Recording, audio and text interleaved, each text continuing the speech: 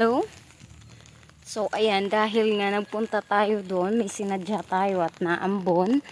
So, ganyan na lang yung pagdala ko ng tubig. So, kahit naman single parent tayo, guys, may mga plano din ako sa buhay, lalo na para sa anak ko sa future niya. Kaya, yung mga ganitong gawain, sisiw na lang yan eh. Sabihin mabigat, kaya may ganito. Hindi ko na lang iniinda. Kasi mas mabigat kung walang panggatas yung anak ko. Ito kasi, ano lang naman to para hindi useless yung pagpunta ko doon. Dapat may tubig din akong dala. Ayan. Going home na tayo, guys. So, God bless talaga kasi nakasukot tayo. So, may pambili na tayo ng gatas. Kasi solo-solo flight tayo ngayon, guys. Nag-awol na yung father ng anak ko. Hindi na naman nagsuporta.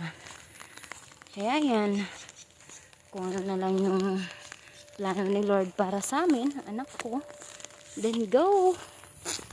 Always ko lang yung pinag-pray sa kanya yung sitwasyon ko. Kung ano yung problema ko. Siya lagi yung takbuhan ko. Sa kanya na lang din ako umaasa na maybe one day may magbago sa takbo ng buhay ko at lalo na sa anak ko. Kasi syempre alam ko mahirap pero umaasa pa rin ako doon. Yun pa rin yung pinanghahawakan ko, guys, para sa future ng anak ko. Galing pala ako doon sa Piraon, guys. So, pauwi na tayo. Malapit na rin naman. Kaya, ayan. Ayan lang naman tayo, guys. Hindi naman tayo kalakihan, no?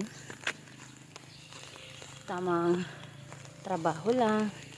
Tapos na ako magpakain ng mga alaga ko. Magigid ng tubig. So, ang alagaan ko na lang si Intoy. Yung may uniko iho. My love. Ang buhay ko. Yung anak ko. Yun naman lang parate. Thank you, guys, for supporting me. Don't forget to subscribe to my channel on YouTube. Thank you so much. Have a blessed afternoon Sunday. See you. Bye-bye.